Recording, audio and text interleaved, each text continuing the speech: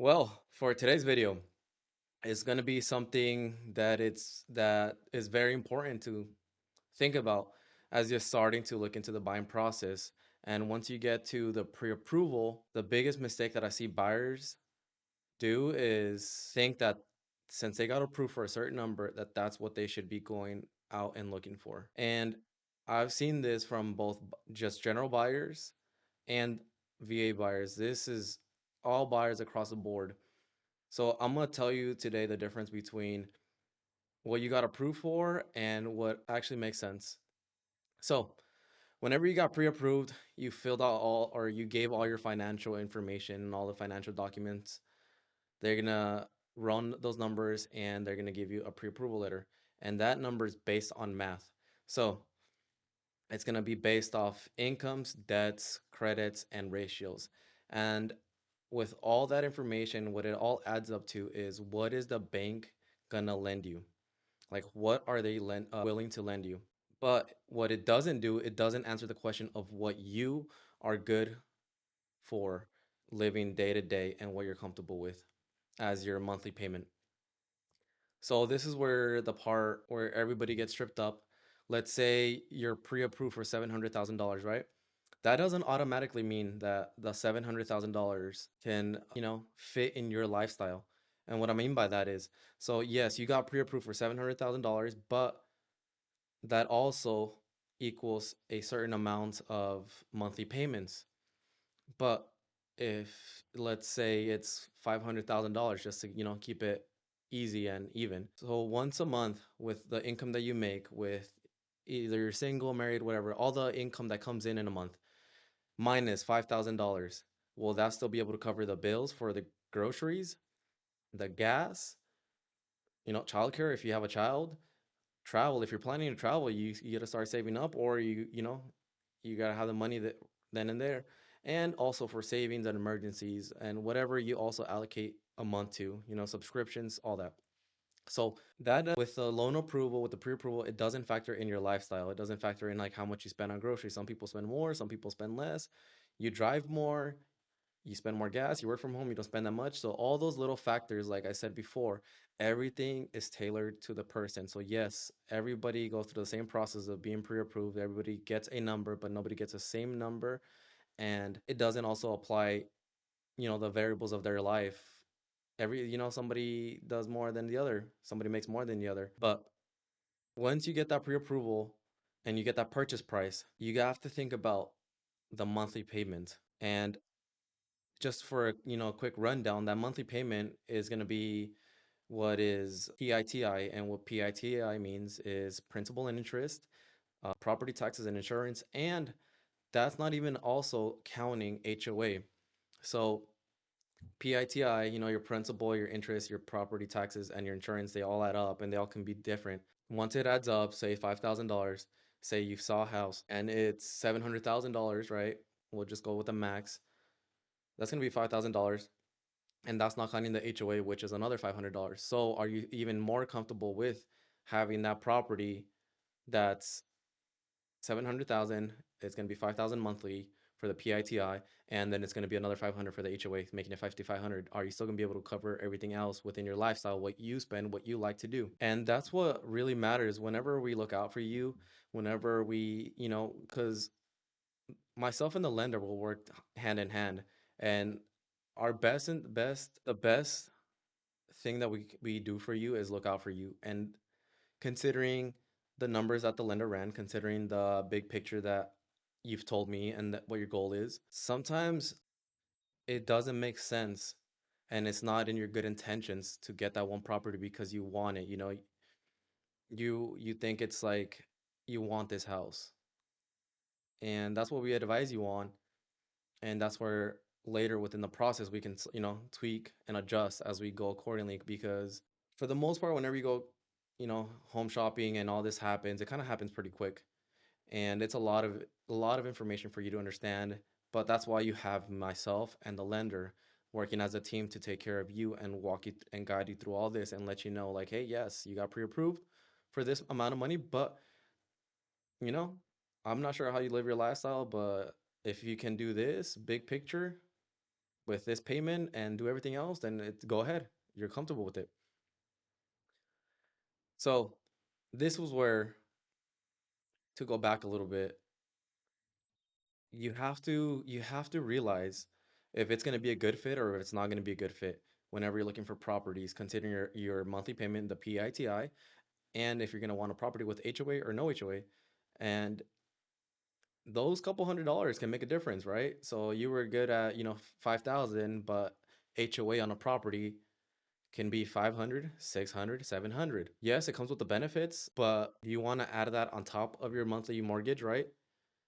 And is that still going to be good with your lifestyle and what your other bills come with? So whenever I talk to clients, and they get pre-approved, and luckily I've worked with really good lenders that they're also really good to, bring it up to them, is whenever you get pre-approved, there's two numbers: the one that you're approved for and the one that lets you sleep at night, which, it comes with its pros and cons, where if you pick a number and you pick a price range, even though you got 700, you start looking at the 650s, 600s, it's not going to be what you thought it would be. Maybe that three-bedroom, two bath, it might be a 2-2, maybe it'll be a condo, maybe it won't be a, single family home.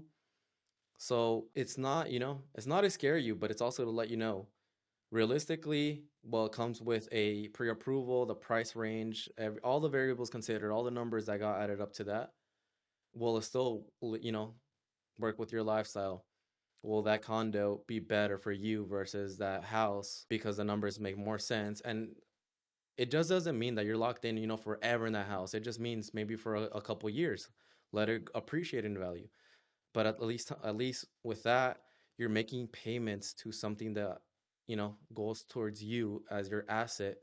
You're paying that down. So just imagine a graph, right?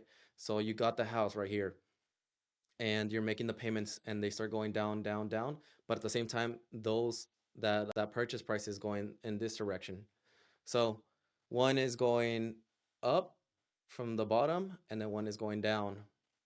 And you start getting that spread. So within maybe 2 years, 3 years, 4 years, 5 years, when it's time to upgrade, it made sense. You were still good with that monthly payment, and then you were then able to upgrade to a bigger house. Sometimes you have to sacrifice a couple years before you get that big reward. Sometimes you're just ready for that big reward right away. So the point is, don't stretch yourself too far. And I'm also not saying be too conservative either if that's not what you want.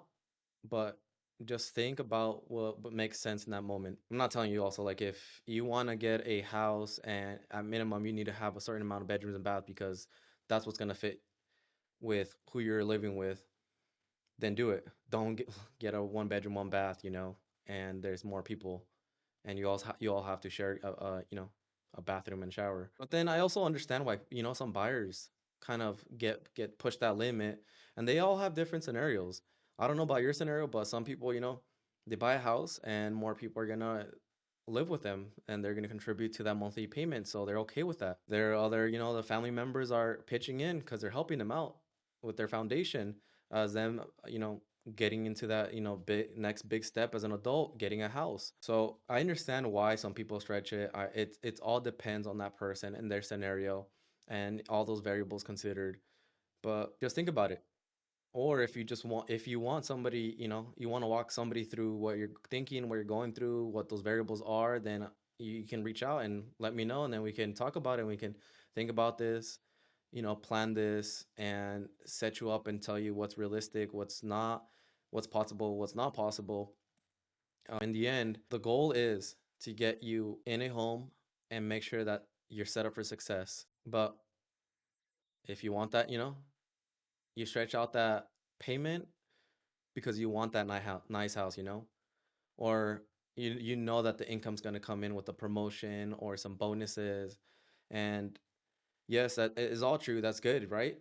But also just be a little bit conservative, save a little, give a little wiggle room just to give yourself that flexibility in case anything happens. You never know what life, comes up and hits you with. Sometimes it's good stuff with that promotion. So you were like, yes, I'm gonna be here with my payments. It's a little, stretched out at the moment, but you got a promotion. So guess what? You get that spread, and now you're gonna start putting more, a little bit more aside for that trip, a little more aside for, you know, those savings that you were working on. And that's just how it happens. So you just have to know yourself and figure out where you are and how everything's coming out, because it, even just to twist it around too, you thought you were getting a promotion, you thought you were getting bonus, and it never happened, and now you're locked in that price, right, for a good amount of time until the next promotion, the next raise, any of that. But always, that's why you take a step back and try to figure out what the best move is for you. Because when you max out, like I said, if you're good, you can just ignore what I'm saying. But if you're tentative on what the situation would look like and what the numbers would run out to, more options disappear. You lose that flexibility of, you were trying to save a little bit more. You needed, had some repairs on the car and that, on other things, and any of that. And it can potentially cause you to stress out a little bit. And like, this is not to scare you, but this is, consider everything, make sure you're good with it. And again, I am here to set you up for success, and I'm here to help you think out all this. But becoming a homeowner is, it's a great thing, It's a great thing because once you get the home, like I said, it appreciates in value. It's, you start making those payments, that loan starts going down, you start getting that good spread on it, and you're paying towards something that eventually when you sell it, because you can sell it, it's not like renting an apartment or renting or leasing out, a house. That money's going to come back to you. So my job isn't to, push you to the top of your pre-approval. My job is to make sure that you understand the pros and cons, the trade-off, what's going to happen if if you go with this price range, what happens if you pick this house with HOA, and what happens when you don't pick the house with the HOA, what happens if you are a little more conservative, and only you will be able to let me know if that's fits your lifestyle and you're comfortable with. So, one thing to think about is ask yourself this one question. If nothing changes in your life for the next few years, does this payment feel okay? Will this payment work with you? And if the answer is maybe, maybe just reassess everything again and, go a little bit more down, slow it down a little bit, and only you will know. But just because you got pre-approved for this number, just be cautious. It doesn't mean to use it all. The best purchases are the ones that you can manage even after the excitement wears off. So that means you're happy to be a home. But also when the happiness, runs out, you're still left with that PITI bill and HOA if you go that way. So make sure that is good.